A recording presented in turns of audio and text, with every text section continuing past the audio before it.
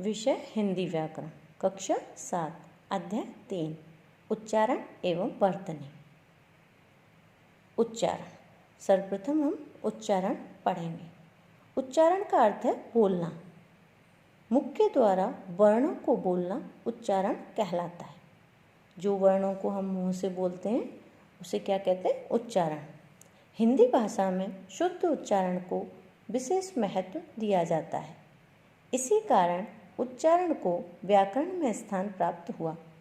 भाषा के मौखिक रूप का एक कौशल उच्चारण बोलना ही है। इस प्रकार शुद्ध उच्चारण का ज्ञान होना अति आवश्यक है। वर्णों का उच्चारण स्थान। मुख के जिस भाग से जो वर्ण बोला जाता है वह भाग उस वर्ण का उच्चारण स्थान कहलाता है। नीचे उच्चारण स्थान व उस स्थान के वर्ण दिए गए हैं। नाम, उच्चारण स्थान। नासिक्य, नाक, मतलब जो वर्ण नाक के द्वारा बोले जाते हैं।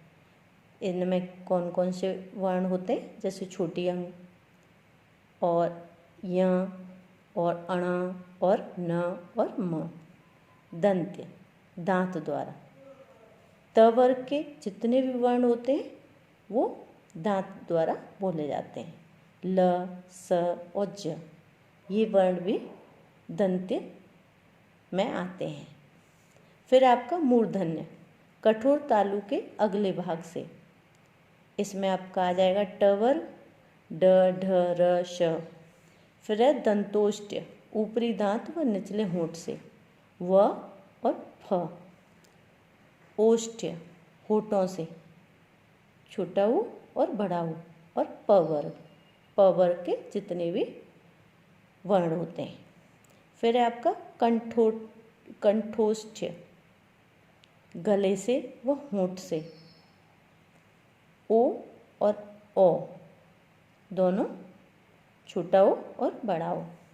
कंठ है गले से, अ, आ, अंग, क वर्ग, मतलब जो क वर्ग के वर्ण होते हैं वो सभी भी गले से, कंठ से बोले जाते हैं। कंठ तालव्य, कंठ व तालु से, ए और ए, मतलब छोटी ए और बड़ी ए। तालव्य, तालु से, छोटी ए और बड़ी ए। और च वर्ग के सारे वर्ण, य और श। स्वर तंत्र, स्वर तंत्र से, मतलब जो वर्ण स्वर तंत्र से बोले जाते हैं, ह और ओ। अब है आगे आपका स्वर यंत्रों में कंपन के आधार पर वर्ण भेद। तो ये कितने होते हैं? इसके आधार पर वर्ण के दो भेद होते हैं, सघोष वर्ण और अघोष वर्ण।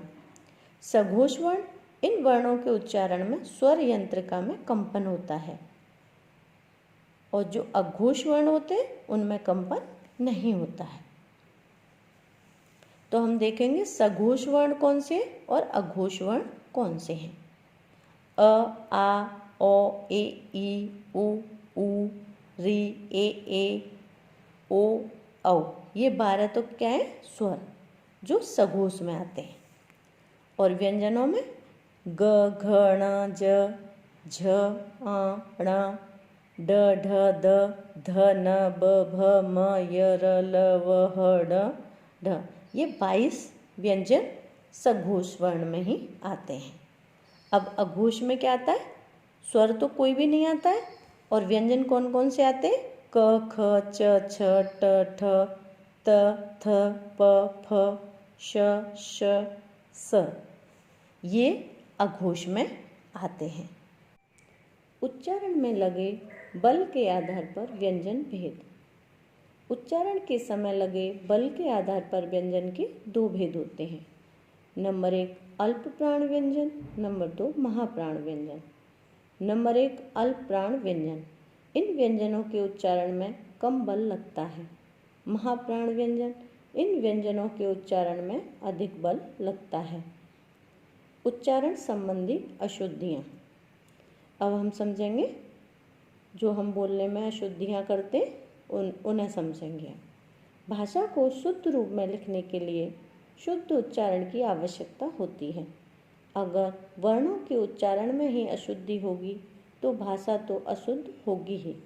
इसलिए उच्चारण संबंधी अशुद्धियों पर विशेष ध्यान दिया जाता है।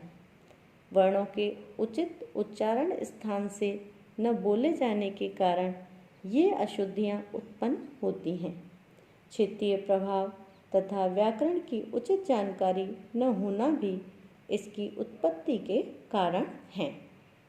वर्तनी, अब हम समझेंगे वर्तनी। जैसा कि अभी हमने पढ़ा कि उच्चारण मौखिक रूप में अशुद्धियाँ होने के कारण लिखित रूप में भी अशुद्धियाँ उत्पन्न हो जाती हैं। लिखित रूप को ही वर्तनी कहते हैं। व्याकरण में लिखने के कुछ नियम होते हैं। इनकी जानकारी के अभाव में अथवा गलत जानकारी के कारण वर्तनी में अशुद्धियाँ उत्पन्न हो जाती हैं। धन्यवाद।